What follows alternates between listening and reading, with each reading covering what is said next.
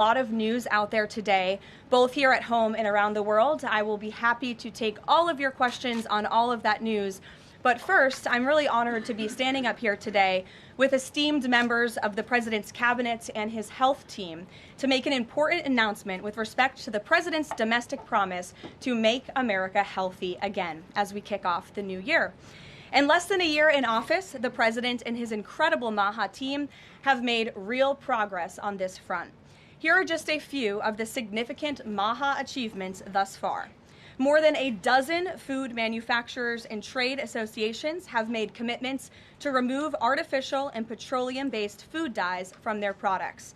The Trump administration took strong action to bar hospitals from performing dangerous, irreversible, life-altering transgender procedures on children. The Trump administration announced funding awards to states through the Rural Health Transformation Program, an unprecedented $50 billion investment established under President Trump's One Big Beautiful Bill. The Trump administration has also worked with 18 states across the country to ban junk food purchases using SNAP benefits starting this year. And thank you for leading that effort, Secretary Rollins. Additionally, President Trump took historic action to secure most favored nation drug pricing and secured deals with major pharmaceutical companies to massively lower the cost of prescription drugs. And those effects are being implemented as we speak. Americans are going to continue to see the result of these incredible deals the president cut. And I know President Trump and this team behind me worked incredibly hard to lower those drug costs for Americans. On Monday, the CDC adopted common sense updates to America's childhood vaccination schedule based solely on the gold standard of science. This action empowers parents and physicians to make the best individualized decisions to protect our children, while also restoring much-needed confidence in our public health system. And as a MAHA mom myself, I'm very grateful for that. So thank you, Secretary Kennedy. To build on this progress, the Trump administration is now updating federal nutrition standards and guidelines to ensure that Americans have the most accurate, data-driven information supported by science and hard facts, not special interests or partisan ideology. President Trump has tasked two of the great individuals behind me, USDA Secretary Rollins and HHS Secretary Kennedy, with collaborating on this vitally important project. And today they are here to officially unveil the 2025 to 2030 dietary guidelines for America. These new guidelines are informed by the best and most reliable research on health and nutrition, particularly as it relates to the role of our diets and the prevalence of chronic disease in the country.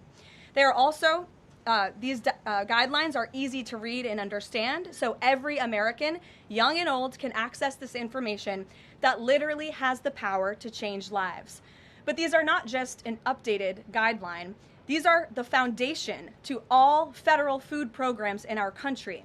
These new guidelines are going to update the food that is served to America's children in our public schools, to the plates that are served to our great men in uniform in our military, our veterans, and the food that they are consuming at the VA.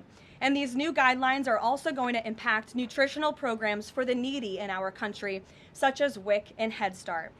Unfortunately, for decades, federal dollars has promoted low-quality, highly processed foods that lead to scores of long-term health issues, which means Americans have gone broke because of these health issues. Faulty dietary guidelines of the past stacked the deck against healthy eating and food options for everyday American families, which has fueled the chronic disease epidemic and jacked up the healthcare costs of households across the country. This failed approach in our public health system ends today.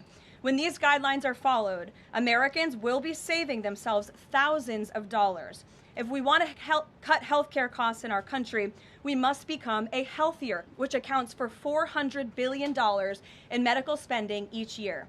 A healthier America will lead to a more affordable America. The new dietary guidelines from the Trump administration will ensure federal dollars go to real food to improve public health and therefore save the American people their hard-earned cash over the course of their lives.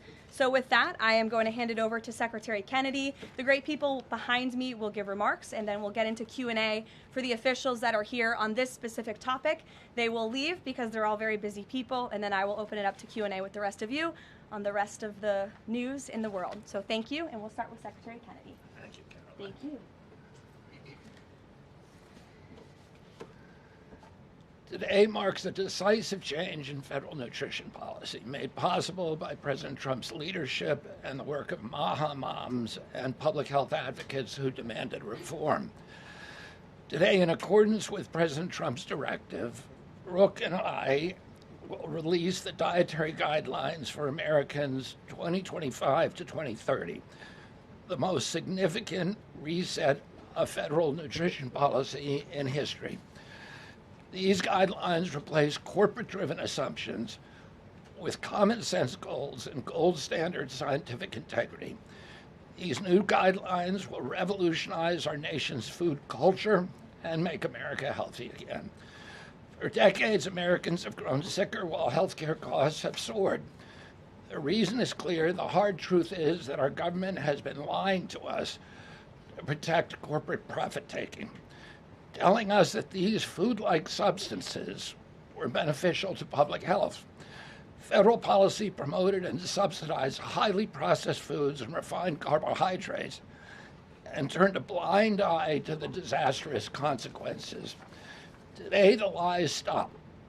The new guidelines recognize that whole, nutrient-dense food is the most effective path to better health and lower healthcare costs. Protein and healthy fats are essential and were wrongly discouraged in prior dietary guidelines. We are ending the war on saturated fats. Diets rich in vegetables and fruits reduce disease risk more effectively than many drugs. Whole grains outperform refined carbohydrates. Added sugars, especially sugar-sweetened beverages, drive metabolic disease, and today our government declares war on added sugar. Highly processed foods loaded with additives, added sugar, and excess salt damage health and should be avoided. As Secretary of Health and Human Services, my message is clear: eat real food. Nothing matters more for healthcare outcomes, economic productivity, military readiness, and fiscal stability. The dietary guidelines shape dozens of federal feeding programs, including Head Start. These standards affect 45 million school lunches every day, meals for 1.3 million active duty service members, and food served to 9 million veterans in VA hospitals. Today begins the work of aligning those programs with affordable, whole, nutrient-dense food. Implementation requires coordination across the government. I'm working with many of my fellow cabinet secretaries to deliver results. I want to thank Bobby Mukamala, thank you very much, who is the president of the American Medical Association, for committing to mobilize the medical community on nutrition. And I thank also the American Academy of Pediatrics for partnering on this effort. I also look forward to working with Dr. Jay Bhattacharya and Dr. Marty McCary to fund and prioritize rigorous nutrition research at the NIH and at the FDA. The stakes are measurable and severe. A Johns Hopkins analysis estimates that 48% of every federal taxpayer dollar now goes to healthcare. The CDC reports that 90% of healthcare spending treats chronic disease. That means that 40%, 40 cents of every dollar that taxpayers pay in this country is going to treat diseases that could be averted through good food. The United States has the highest obesity and type 2 diabetes rate in the developed world. We spend 3 times more per capita than the European Union on healthcare, yet our life expectancy is 5 years lower, largely due to diet-related chronic disease. Our childhood obesity rate is 5 times higher than countries like France. 1/3 of U.S. teens have prediabetes, over 35% are overweight or obese, and 20% of young adults have non-alcoholic fatty liver disease. 77% of military-aged Americans are ineligible for military service because of diet-related conditions. If a foreign adversary sought to destroy the health of our children, to cripple our economy, to weaken our national security, there would be no better strategy than to addict us to ultra-processed foods. It's shocking that our own government helped to drive these cataclysmic changes in our diet. The damage is real, it is preventable, and President Trump has ordered it to end. If the United States reduced obesity, type 2 diabetes, heart disease, and Alzheimer's to Japanese levels, we would save approximately $600 billion a year. About 50% of Medicare's projected long-term deficit, or $5,000 per family annually. Current policy worsens the problem. 42 million Americans rely on SNAP, where common purchases include sugary drinks, candy, and chips. 78% of SNAP recipients are enrolled in Medicaid, and 90% of Medicaid spending goes to chronic disease. These incentives raise healthcare costs and undermine health. This must change. The new framework centers on protein and healthy fats, vegetables, fruits, and whole grains. And you can see the food pyramid here.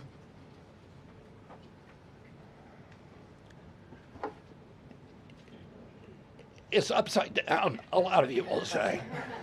But it was actually upside down before, and we just righted it. For the first time, the dietary guidelines directly address ultra-processed foods and set firm sugar limits in federal procurement, driving a significant reduction in added sugar in school meals. I want to thank President Trump for his leadership and the partners committed to ensuring that federal food dollars support real food and better health. Thank you. And I want to introduce my partner and friend, Brooke Rollins, who is an extraordinary collaborator on this. Thank you. Well, good morning, everyone. Happy New Year. What a honor to be here. I think this is Karoline's first press conference back, and what a great way to start the new year, 2026. I want to thank Secretary Kennedy. Your commitment to the well-being of Americans is such a blessing to this nation. We have been working on these new dietary guidelines really since almost day one. Bobby and I were voted on the same day and sworn in on the same day. So I think the partnership from minute one has been real and extraordinary. As Secretary Kennedy mentioned, America is in the middle of the worst chronic health crisis in our nation's history.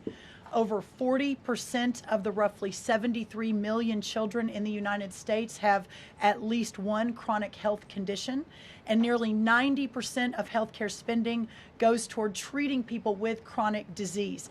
Secretary Kennedy mentioned that, but it is really important to keep underscoring that fact. This crisis is unacceptable. It prevents Americans from living healthy and happy lives. And for decades under both Republicans and Democrats, federal incentives have promoted low-quality, highly processed foods and pharmaceutical interventions instead of prevention. As a result, nutrient-dense whole foods grown by America's farmers and ranchers have been increasingly displaced. The Trump administration is acutely aware of this danger, and today this announcement is making a major step in doing something about it. Thankfully, the solution is simple and should be non-controversial. Eat real food.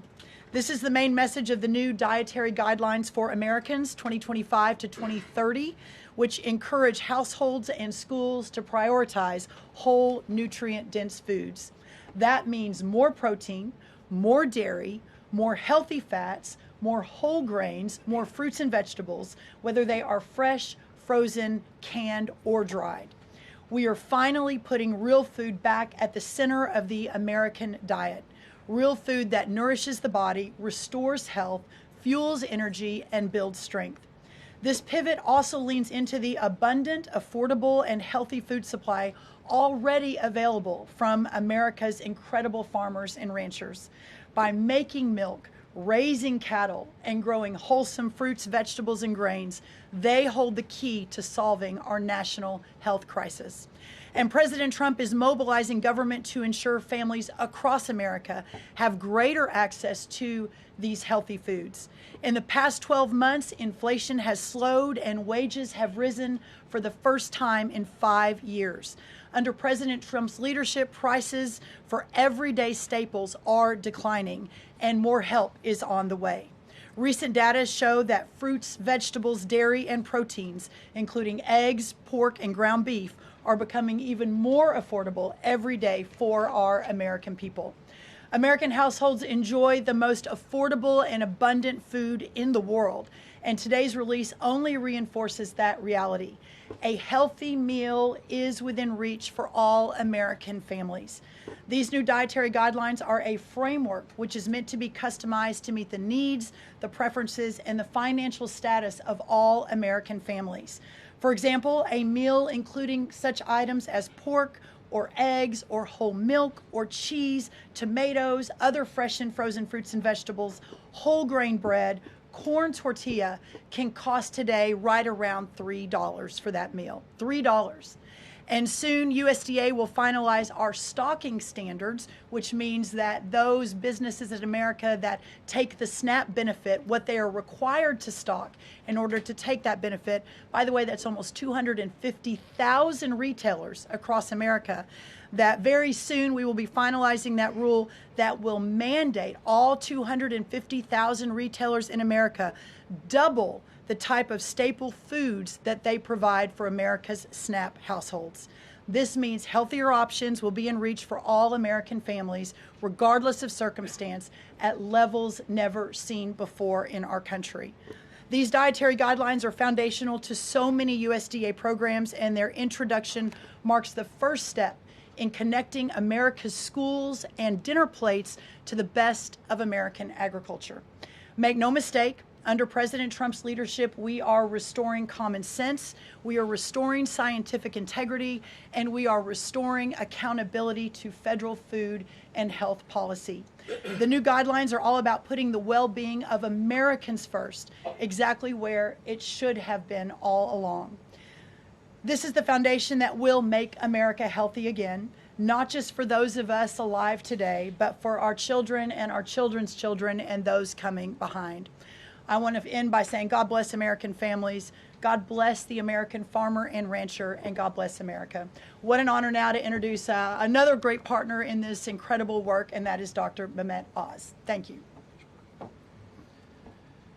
Congratulations to Secretary Rollins, Secretary Kennedy, and do want to express my appreciation for what the President has done overall to increase the affordability of health care. The biggest accomplishment perhaps for the health system ability to drop down prices last year was the most favored nation drug pricing that Karoline mentioned. These are incredibly effective at reducing the costs, for example, of what the President calls the fat shot, the Ozempic, GLP-1 category of medications. We dropped them dramatically. But the best way to reduce drug spend in America is to not need the drugs in the first place.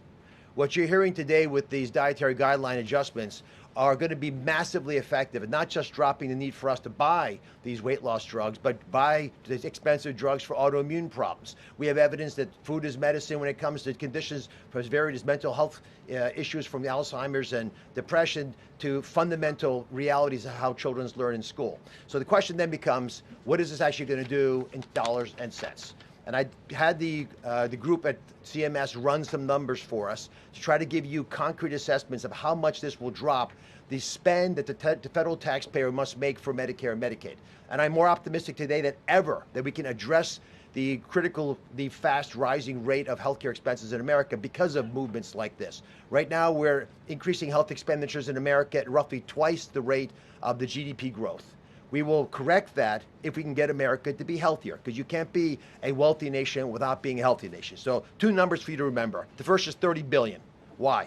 30% of healthcare costs are directly attributable to obesity. I'm not talking about indirect associated expenses, which are also present, but a very conservative number, 30%, are directly attributed to obesity. That's about $300 billion a year for just Medicare, If we were to affect obesity by 10%, which is an incredibly conservative and justifiable assumption that has been borne out in evidence-based dietary experiments and trials, just that alone is $30 billion of reduction of expenses for Medicare rather. That's also obviously correlated with Medicaid reduction in spending. In Medicaid, it's a different opportunity because in Medicaid, we educate children. 53% of children in America are covered by Medicaid or CHIP, and we have programs to teach kids and their parents what to eat, and how to make these dietary guidelines that Secretary Rollins, Secretary Kennedy have crafted with their teams into practice. It will dramatically change the natural history of how children are able to participate in life. But let me give you one last number. If we're able to get the average American, who today retires on average at age 61, get them just to work 1 year longer, because they feel so vital, so strong, so bullish about their future, because they're feeding their bodies nutrients that are essential to their high-functioning productivity, we will increase the overall GDP of our nation by trillions of dollars. So we will reduce healthcare expenses. At the same time, we jazz up the U.S. economy with trillions of dollars created by the productivity of American workers. God bless you both for making the DGA feasible and making it perhaps the wisest investment we could make in our communities. Marty Makary is one of my closest friends, the powerful leader of the FDA who's been taking brave steps along the line and has additional insights. Thanks. Thank you, Dr. Oz. Today marks the beginning of the end of an era of medical dogma on nutrition. For decades, we've been fed a corrupt food pyramid that has had a myopic focus on demonizing natural, healthy, saturated fats, telling you not to eat eggs and steak, and ignoring a giant blind spot. Refined carbohydrates, added sugars, ultra-processed food. This study in JAMA now shows that 60% to 70% of kids are getting their calories from ultra-processed foods. That's an epidemic. We now have a generation of kids addicted to refined carbohydrates, low in protein.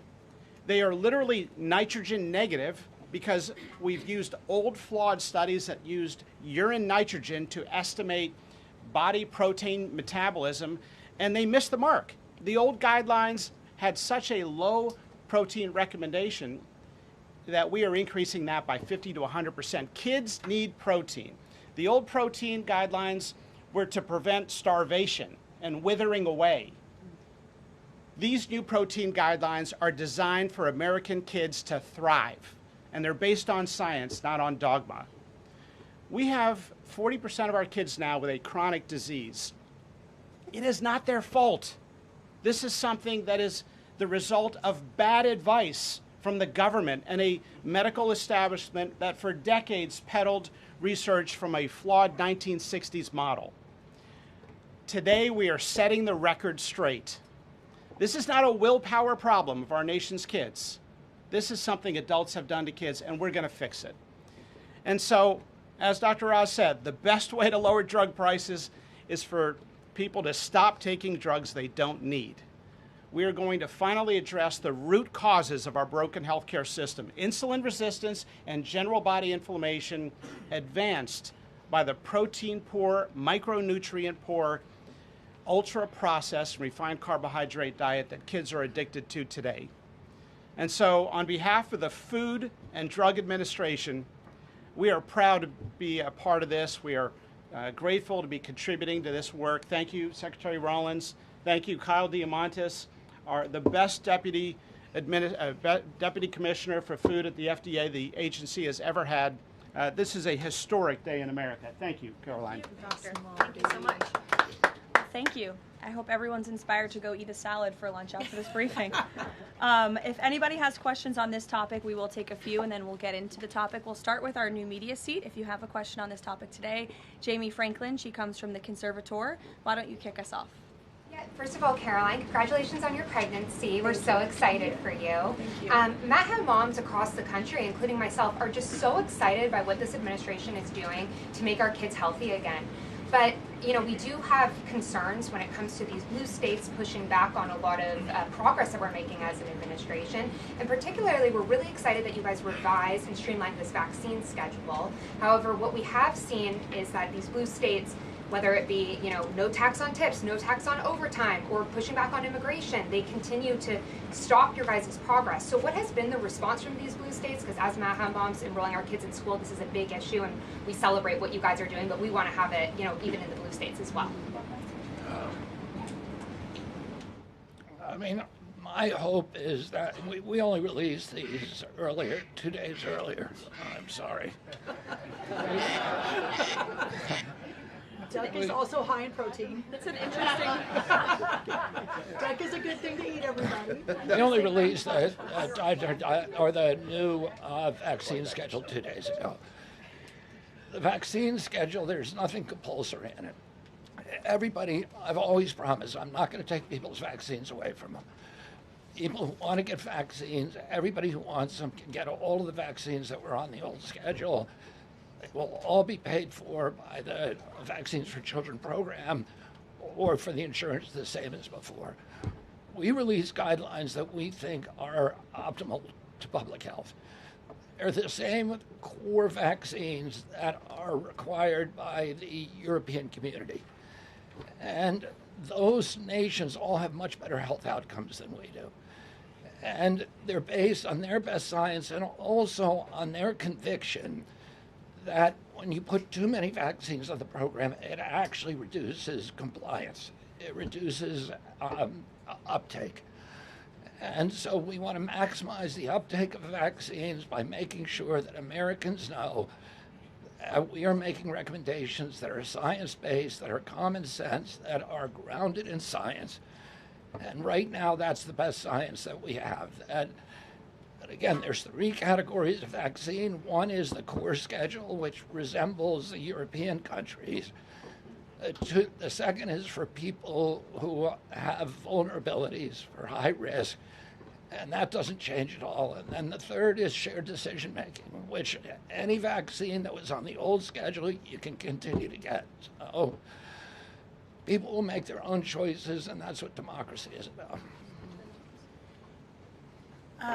I asked the boss, Karoline, for permission to add a little bit to this because I think it's really important. And by the way, Jamie, what a superstar you are. It's so fun to see you in this seat, Jamie Franklin. The blue state question is a really important one. And for those of us that are running agencies with these programs, I've talked to a lot of you already about how we have 22 blue states that won't give us their SNAP data so that we can figure out and ensure that those who really need these programs are actually getting these programs. Clearly, you all have been writing about Minnesota. California is next. We're looking at New York, some other states. The amount of fraud in all of these programs is absolutely stunning. And the challenge is, from Medicaid, et cetera, I know, Dr. Oz, you've talked a lot about that. This is a significant problem. And I think who's really harmed in all of this conversation and when these blue states aren't partnering with us to try to do this right is we say blue states and red states, but in those states, there are all kinds of our citizenry and that aren't all Democrat or aren't all Republican. We had a poll that just came out that had about 85% of all Americans believe that states should turn their data over on SNAP so that we can figure out where the fraud is and ensure these programs are going where they need to go. So my request of these blue states and these blue state governors is partner with us. Let us figure out how to do this better. Let us make sure that whether it's the vaccine schedule or the SNAP program or the Medicaid program or the child care program, that we are doing everything we can to protect every tax dollar, but to also ensure those who need it the most vulnerable in our society, are getting the programs they need versus those who A, are not even supposed to be here, or B, are cheating the system. Jeff. Thanks, Caroline. One of the changes that was made had to do with alcohol. Secretary Kennedy or Dr. Oz, could you explain the science behind the new language on not saying 2 drinks for men and 1 drink for a woman every day would be healthy, and whether or not the industry had an impact on the language of moderation versus just saying alcohol is not healthy and you shouldn't drink it? So alcohol is a social lubricant that brings people together. In the best case scenario, I don't think you should drink alcohol, but it does allow people an excuse to bond and socialize, and there's probably nothing healthier than having a good time with friends in a safe way. If you look at the blue zones, for example, around the world where people live the longest, alcohol is sometimes part of their diet. Again, small amounts, taken very judiciously and usually in a celebratory fashion. So there is alcohol on these dietary guidelines, but the implication is don't have it for breakfast. Right? This should be something done a small amount with hopefully some kind of an event that might have alcohol added. But the general move away from 2 glasses of men, 1 glass of women, there was never really good data to support that quantity of alcohol consumption. That data was probably primarily confused with broader data about social connectiveness. Take a couple more. John? Thanks a lot, Caroline. Secretary Rollins, I'm curious about with these guidelines. They're not mandates, they're guidelines. What are the practical effects of these guidelines on public schools all across the country?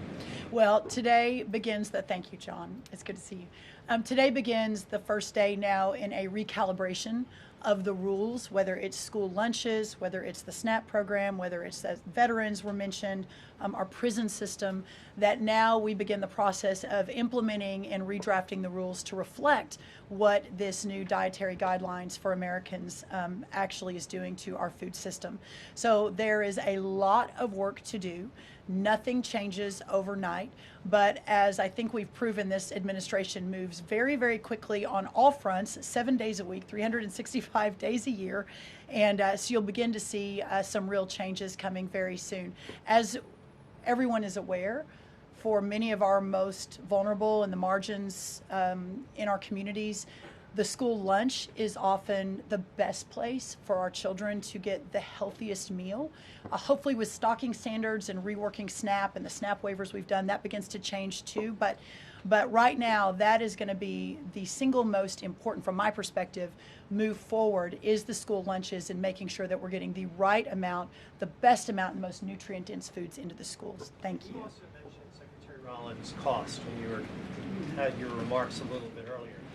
Is eating healthier more cost effective? Is it cheaper than just having a diet of processed foods? I had a whole chart to show you, but left it in the back, unfortunately, that yes, indeed, that eating healthy, for the most part, we've got 100 simulations, is actually less expensive. The challenge is the access to those healthy foods, especially in parts of America where they have food deserts. They don't have a H-E-B or a Kroger or a Central Market. These are all Texan grocery stores, but whatever similar across the country.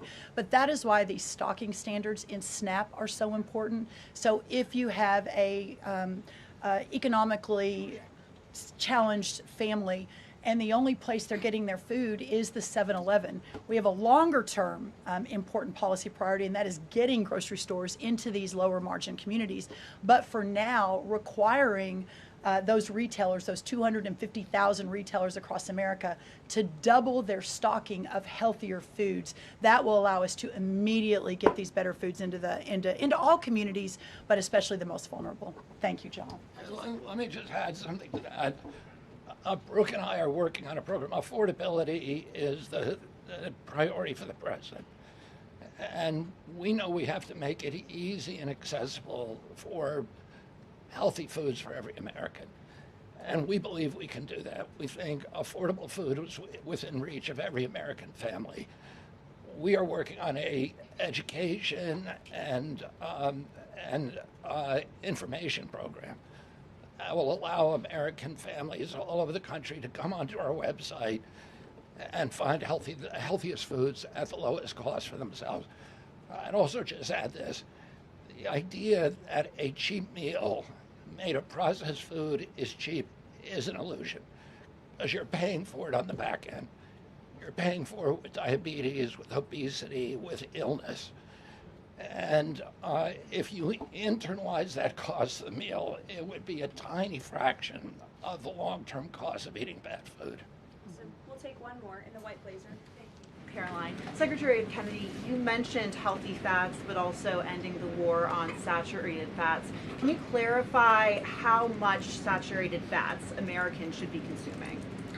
I'm going to let Marty take that, since he wrote a book about it. Look, the old dogma in the 1960s, when Eisenhower had his heart attack and Ansel Keys said it was the saturated fat, that's never been substantiated. And so that flawed research has become dogma over the years, and eventually the conversation was sidelined. In this new guidance, we are telling young people, kids, schools, you don't need to tiptoe around fat and dairy. You don't need to push low-fat milk to kids. And we are maintaining the 10% of calories as saturated fat in the guidance. The real issue is protein. The fact that 60 to 70% of the calories of kids today in America is ultra-processed food. These are the issues that have become giant blind spots where we're now putting attention. And we hope that there are conversations in every school board in America, in every church and synagogue and house of worship, every home in America will now have conversations. We've got to talk about school lunch programs, not just putting 6-year-olds on Ozempic. Food can be curative. We've got to talk about the microbiome and fiber and healthy whole grains and the good soil that food comes from and the healthy, clean waters and good farming techniques. So that's the focus of this guidance. Thank you. Great. Some of you may be wondering why Dr. Carson is here. He is our National Nutrition Advisor working alongside Secretary Kennedy, and he's played a big role in this effort. So I want to thank you so much, Dr. Carson, for being here today. And thank all of you for being here today. I know you're all very busy people, and these people have a lot of questions on things other than diet, I'm sure. So I'm going to get to work, and thank you guys so much for coming. Thanks, everybody. Thank you. Thank you. Okay, thanks. All righty. Great. Does anyone have any questions? Rachel, why don't you start? Thank you, Caroline. The president has been adamant that he is now in charge of Venezuela, but Delcy Rodriguez said the government of Venezuela runs her country, no one else, saying, quote, there's no external agent governing Venezuela. So which one is it? Let me just be very clear. This is the first time that I've addressed Venezuela from the podium since being back and since the historic and incredibly successful military operation, law enforcement operation conducted by our United States military that you all saw and the world witnessed last week. The skill, the might of the United States military and our country under the leadership of this president is on full display to the rest of the world. And let's just set the record straight. There isn't another military in the world who could have pulled off this operation. There is not another president in the world or in our nation's history who had the courage to authorize such a mission. And I think the world has taken notice that America is truly back. With respect to Venezuela, the Trump administration, led by Secretary Rubio, the vice president, and the president's entire national security team, is in close correspondence with the interim authorities in Venezuela. We obviously have maximum leverage over the interim authorities in Venezuela right now, and the president has made it very clear that this is a country within the United States, the Western Hemisphere, close by the United States, that is no longer going to be sending illegal drugs to the United States of America. It's no longer going to be sending and trafficking illegal people and criminal cartels to kill American citizens as they have in the past. And the president is fully deploying his peace through strength foreign policy agenda. So we're continuing to be in close coordination with the interim authorities, and their decisions are going to continue to be dictated by the United States of America. Just one follow-up, when you talk about that leverage there, has the Venezuelan government fully committed to turning over its oil to the United States indefinitely, and what happens if they do not? Well, as you saw, the president announced last night, this was a deal. This was a deal made by the president and his team with the Venezuelan interim authorities. This will benefit both the American people and the Venezuelan people. And Secretary Wright and the Department of Energy are working with the interim authorities and also with the private oil industry to execute on this historic energy deal. That's not only good for the United States, but it's also going to revive the prosperity, the safety, the security of both the United States and Venezuela as well. Ed. Following up on the oil part of this, the 30 to 50 million barrels of oil, how exactly is that going to work? You're getting it out of Venezuela into the United States? Yes. And then what? That's exactly right. So as you know, Ed, as the president announced last night, this was the sanctioned oil that was basically just sitting in barrels, sitting on ships because of the effective quarantine of the United States of America. And the interim authorities have agreed to release that oil to the United States, so it will be arriving here at home very soon. The United States government has already begun marketing Venezuelan crude oil in the global marketplace for the benefit of the United States, engaged the world's leading commodity marketers, key banks to execute and provide financial support for these crude oil and crude product sales. All proceeds from the sale of Venezuelan crude oil and products will first settle in U.S.-controlled accounts at globally recognized banks to guarantee the legitimacy and integrity of the ultimate distribution of proceeds, and those funds will be dispersed for the benefit of the American people and the Venezuelan people at the discretion of the United States government. It sounds like it requires a lot of private sector engagement and agreement And from the oil industry and the banking industry. Do you have that yet? There's a lot of private sector engagement that's happening right now. As you know, Secretary Wright, our energy secretary who's heading up this big project, is in Florida today meeting with some of these oil executives. And as we confirmed earlier, they will also be at the White House later this week. So they are absolutely eager to invest. They're eager about these opportunities. And Secretary Wright is a very well knowledgeable guy when it comes to oil and energy, and he's the perfect man for the job. Another corner of the world, Sure. real quick on Go Iran. ahead. Go ahead. So just to follow up on the oil, 30 to 50 million barrels is an initial tranche, if you will, and then what happens after that? What I won't get ahead of the plans that the president and his team are currently speaking with the interim authorities about, but rest assured, there is a long-term plan here. Secretary Rubio and the entire team are working diligently on it, and this is just sort of the first action that you all are seeing. Ed. Thanks, Caroline. So in order to get these oil companies to invest billions in Venezuela, how will the U.S. reassure that their workers will be safe in Venezuela? Could there be troops involved? At this point in time, as you know, there are no troops on the ground in Venezuela.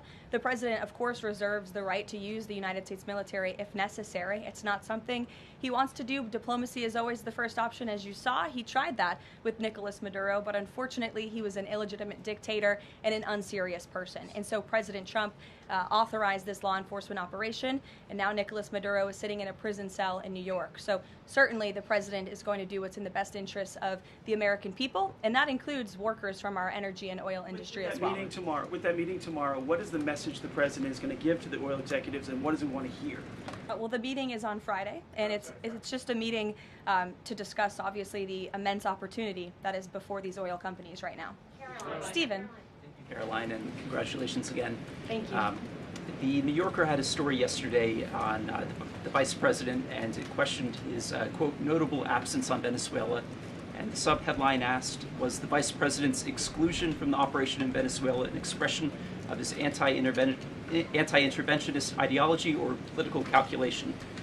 Would you be able to discuss the vice president's role in Venezuela policy? I did see that report in the New Yorker, and quite frankly, I laughed out loud because it's very clear it's a fake report that's trying to sow distrust and division amongst the president and his team.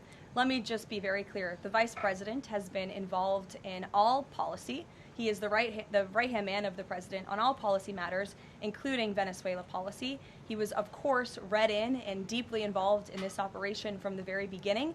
And he was present on the night of the operation via secure communication at a different location as to not damage the operational secrecy of this mission that was so incredibly important to ensure that this mission could be carried out successfully without endangering our troops. Sure. The U.S. seized a tanker recently. Russia specifically asked the United States not to seize that tanker. Does this action risk a larger conflict with Russia? I believe you're referring to the Bella 1 tanker that was seized this morning. The Department of Justice and the Department of Homeland Security, in coordination with the Department of War, did announce that seizure this morning for violations of U.S. sanctions. I've spoken about the enforcement of our sanctions policy at the podium prior to the new year, and this administration is going to fully enforce the sanction policy of the United States. The vessel this morning was seized in the North Atlantic pursuant to a warrant issued by a U.S. federal court after being tracked, and this was a Venezuelan shadow fleet vessel that has transported sanctioned oil, and the United States of America, under this president, is not going to tolerate that. I would also just add the vessel had a judicial seizure order in the crew, so that means the crew is now subject to prosecution for any applicable violation of federal law, and they will be brought to the United States for such prosecution if necessary. Kelly. Caroline, Happy New Year to you. Thank you. You too. I'd like to talk to you about a couple of things real quickly. The first question about the Venezuelan people. As you know, there's some 8 million Venezuelans here, some of them celebrating in the streets. There are Venezuelans on the ground who are concerned about their safety. What does the Trump administration what is it doing to actually help people in Venezuela understand that they will be secure throughout this transition? I think the fact that this president actually followed through on the long-held promise of the United States of America, the bipartisan promise to take down the illegitimate Maduro regime, should give assurance to the Venezuelan people and also Venezuelan Americans who fled this communist regime for a better life here at home, that this is a president who is serious about taking down illegitimate regimes and who is also serious about securing the security of the United States of America, including the Venezuelan American people. And I would just add that this is something that not just Republicans and President Trump have talked about for a very long time, but it is also something that Democrats have advocated for. In 2020, Chuck Schumer said that that at the time, President Trump had not brought an end to the Maduro regime. The Maduro regime is more powerful today and more entrenched today than it was when the president began. Now you hear Chuck Schumer out there saying this is reckless. The American people and the Venezuelan people should be in fear. But this is something that Chuck Schumer has long advocated for. Senator Chris Van Hollen, same thing, had said that the United States is going to use its leverage and influence to push for negotiations to transition to the truly elected leader. This was under President Biden. We know Maduro and his cronies don't want to go quietly into the night. The U.S. needs to work to ratchet up the pressure. Now, Senator Holland says it's an illegal act of war to get rid of Nicolas Maduro. So the hypocrisy is really astounding here, and thank you for giving me an opportunity to point it out, Kayla. Sorry, go ahead. Yes. So there are reports that the administration is demanding that Venezuela cut ties with China, Russia, Iran, and Cuba. Can you confirm? I'm sorry? Reports that the administration has essentially demanded that Venezuela cut ties with China, Russia, Iran, and Cuba. Can you confirm that? Well, those alleged demands were made in a classified briefing by Secretary Rubio, and I know that there's a lot of leaks coming out of these classified briefings, so I'm not going to confirm or deny or get into what the Secretary has said in classified settings to members of Congress. But I think that the administration has made it quite clear to the interim authorities in Venezuela that this is the Western Hemisphere, and American dominance is going to continue under this president. If I could just ask, there have also been reports that the U.S. could potentially buy Greenland as one potential option on the table. What would such an offer look like? Is there anything monetarily you could provide, any details there? Well, that's something that's currently being actively discussed by the president and his national security team.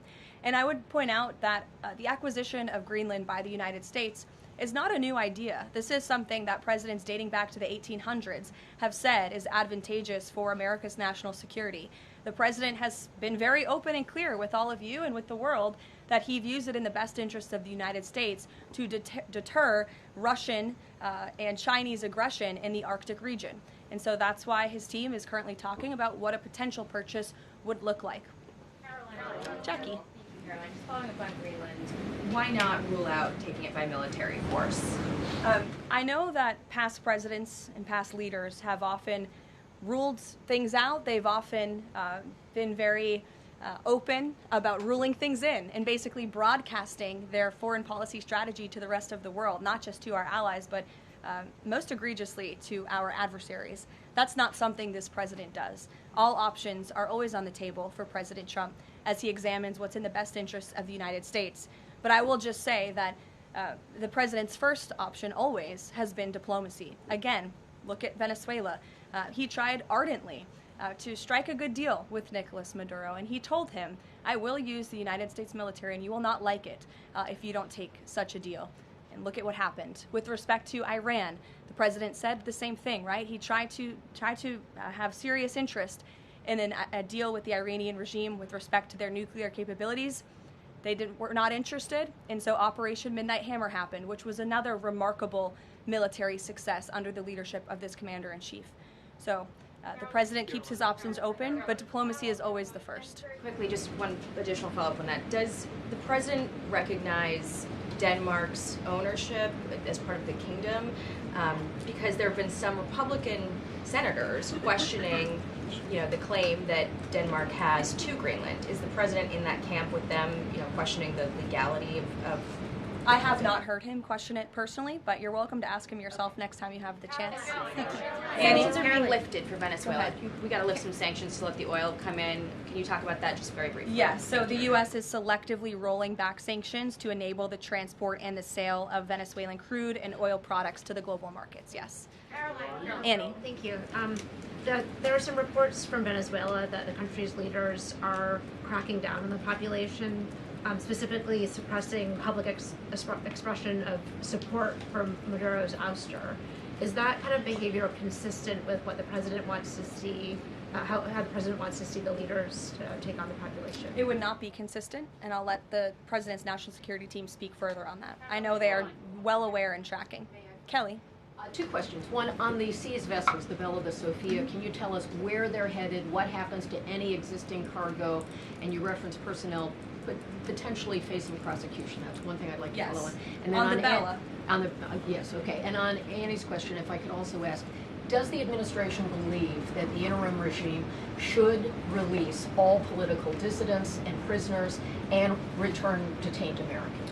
That's not a question that I've personally spoken about to the president with, so I will let him answer that question. I don't want to make new policy at this podium today with respect to Venezuela.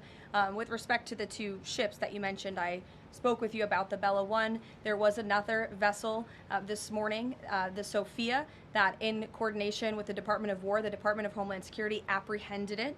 This is a stateless, sanctioned, dark fleet motor tanker, and this occurred without incident.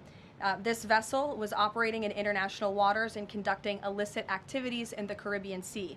The U.S. Coast Guard is escorting the Sophia to the United States for final disposition. To answer your question, Kelly, directly, this was through Operation Southern Spear. The Department of War is unwavering in its mission to crush illicit activity in the Western Hemisphere. And as the President has repeatedly stated, we're going to defend our homeland and restore security and strength across the Americas. Dasha, go. Caroline, thank you and Happy New Year. Thanks, you too. Two questions, one on Venezuela, one on Greenland. You've repeatedly at the podium called the current leadership in Venezuela interim leadership. There are Republicans and Democrats alike that say they want to see elections in Venezuela. The president has said it's too soon to do that right now, but is there a timeline for elections in Venezuela? Is he committed to seeing that this year, for example? You just said the president has answered that question, so I will reiterate what the president has said a few times now to all of you, which is that it's too premature and too early to dictate a timetable for elections in Venezuela right now. Caroline, you just talked to Jackie about diplomacy first, right? The Danes have repeatedly said they are willing to collaborate on all of the concerns that the president has, whether it's more troops, mineral rights, intelligence sharing. Why does the president feel he needs to own Greenland and not and put out the threat of military action when this could be done through diplomacy? Well, who said diplomacy isn't taking place behind the scenes, Dasha? I mean, the president is interested in diplomacy. His national security team is as well. And of course, he's always willing to pick up the phone for everybody and hear out their concerns. But the president is the president of the United States of America, and he's always going to be very clear about what he views as being in our nation's best interest. Reagan. Caroline, I have a question for you on Venezuela, and then I'd love to ask you about Minnesota and Tim Walz. Sure. On Venezuela, I'm wondering, does the administration hope to start sending more Venezuelan migrants back home or have them self-deport if the situation in the country improves? As far as I'm concerned, the policies of the Trump administration and the Department of Homeland Security have not changed. All those illegally present in the country are subject to deportation. And I would just like to add how we got here. The president was very clear on the campaign to the American public, and it's one of the many reasons they resoundingly reelected him back to this office, that he was not only going to crush foreign drug cartels, but that he was not going to stand by and watch as the illegitimate Venezuelan regime was sending illegal criminals and gang members and rapists and murderers to our country, which happened to the tune of thousands under the previous administration and president. And so there could be nothing more America first than this operation that took place last week.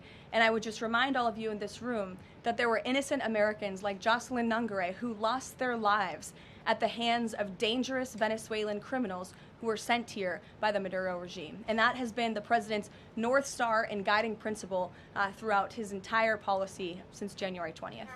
Tim Walz in Minnesota, Does the administration believe that Tim Walz potentially dropped out of the governor's race because he could be under criminal investigation? I don't know if there's a criminal investigation. If there was, I wouldn't be able to comment on it from up here, to be honest with you.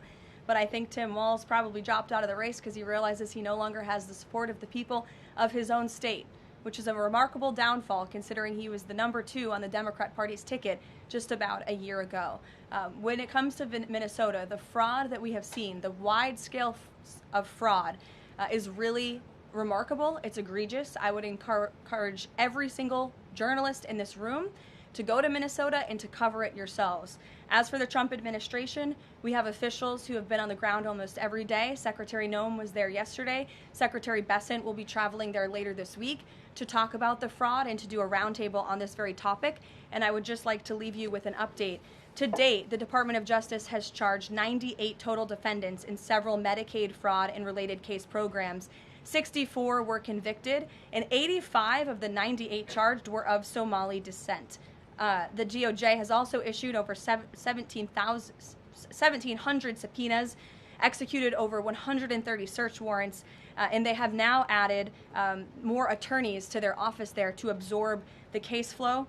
DHS is on the ground going door to door conducting large-scale criminal and HSI investigations. They have also sent approximately 2,000 agents to Minneapolis to assist with law enforcement and immigration enforcement. As I said, Secretary Noem was on the ground yesterday.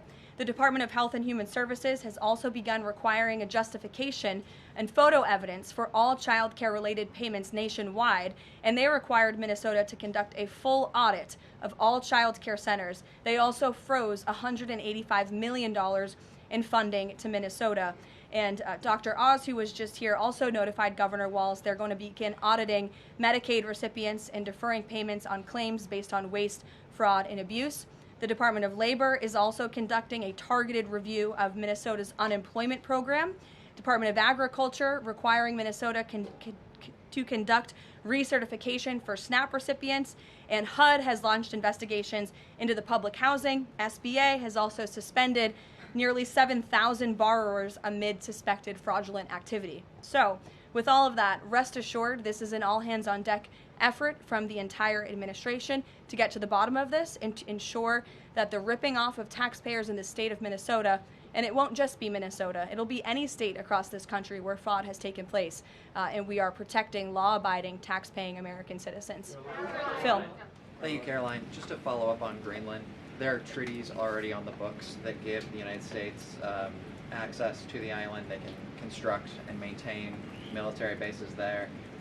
We can house personnel on the island. The U.S. has control of landings, takeoffs, anchorages, etc. So I'm curious if you could just spell out for the American public, what specifically would the U.S. gain by taking control of Greenland that the U.S. doesn't already have access to right now?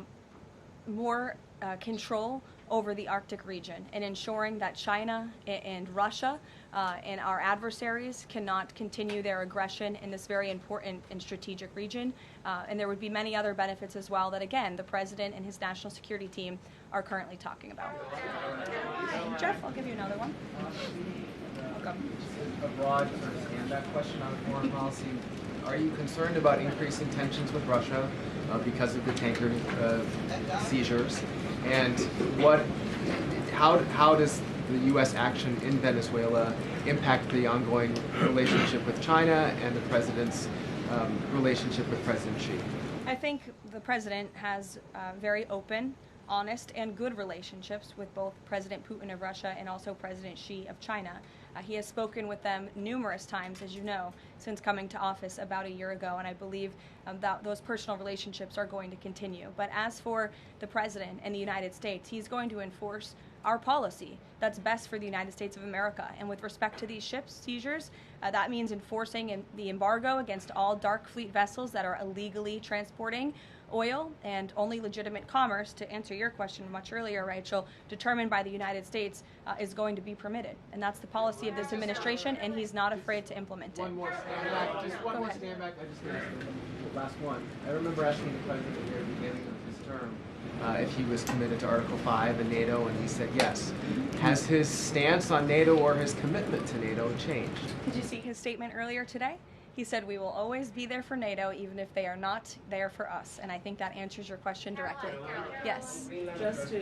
Just to follow up on what Jeff was saying there, will the president commit that if any NATO members are attacked, the United States will come to it? Again, the president addressed this directly himself this morning after seeing the coverage from all of you in this room on television, and he made it very clear, we're always going to be there for NATO, even if they have not done right by the United States of America. And they have finally increased their defense spending at the request of this president, but it was only because of this president that they did that. We'll take a couple more. Michael, go ahead. Thank you, Caroline. Happy New Year and congratulations. Thank you. Two questions, You if I too. may. One on healthcare, one on Mexico. On healthcare, the president says he wants Republicans to be flexible on the Hyde Amendment in order to pass healthcare legislation.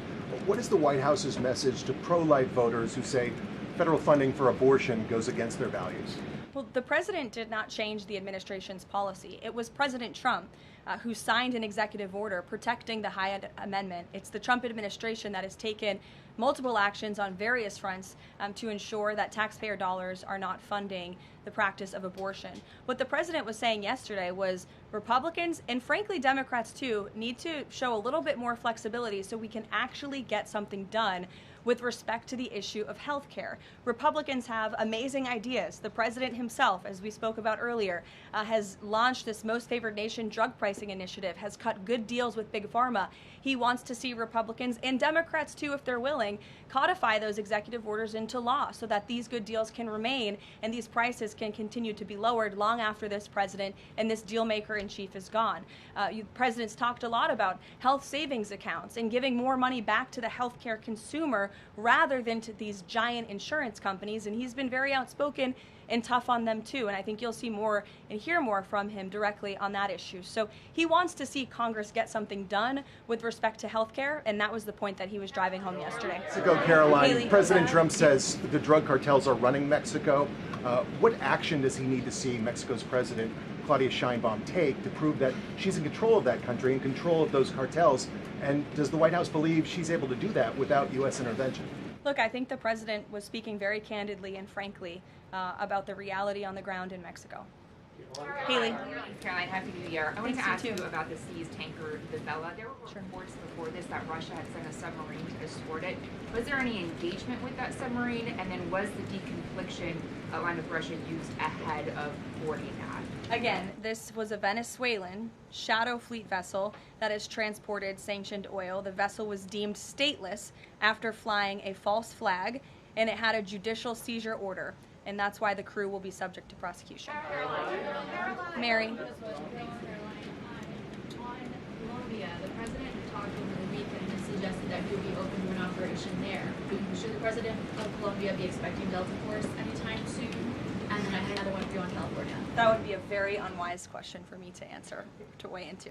What's your next question? On California, can you share any more about the fraud investigation? The president said that there was one. Who's being investigated and where is it starting? Again, this is going to be a all-hands-on-deck government-wide effort. The president has directed all agencies across the board to look at federal spending programs in not just Minnesota, but also in the state of California to identify fraud and to prosecute to the fullest extent of the law all those who have committed it. Take one more. Sure. Thank you. Caroline, yesterday was the 5-year anniversary of January 6th. Democrats and mainstream media continue to push their big lie that it was an insurrection and that police officers died that day. The reality is that 4 Trump supporters died on January 6th and 2 women were killed by January 6th police. Everybody knows Ashley Babbitt was shot in cold blood by Capitol Police Officer Michael Byrd, but there was another woman, her name was Roseanne Boyland from Georgia, and she was pepperballed, gassed, and ultimately brutally beaten with a stick by January 6th police officer Lila Morris.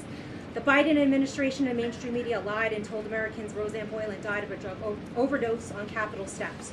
Her family is now asking for an investigation. Is the administration aware of the circumstances of her death, and will there be an investigation finally? Well, for investigation, I will have to defer you to either the FBI or the Department of Justice, and I'm sorry to have to do that. But with respect to all of the facts that you just laid out, the White House relished the opportunity yesterday to actually create a new website to share the facts with the American public, but also all those in this room. We knew the media would be covering January 6th quite a bit because they think it's something that the American people are still believing their lies on. They think it's something that still helps their case against this president. Obviously not, or else he wouldn't have been reelected in an overwhelming fashion in November of last year. And so I would encourage everyone to take a look at the website. It's quite well done. And thank you all very much. It's great to be back with you.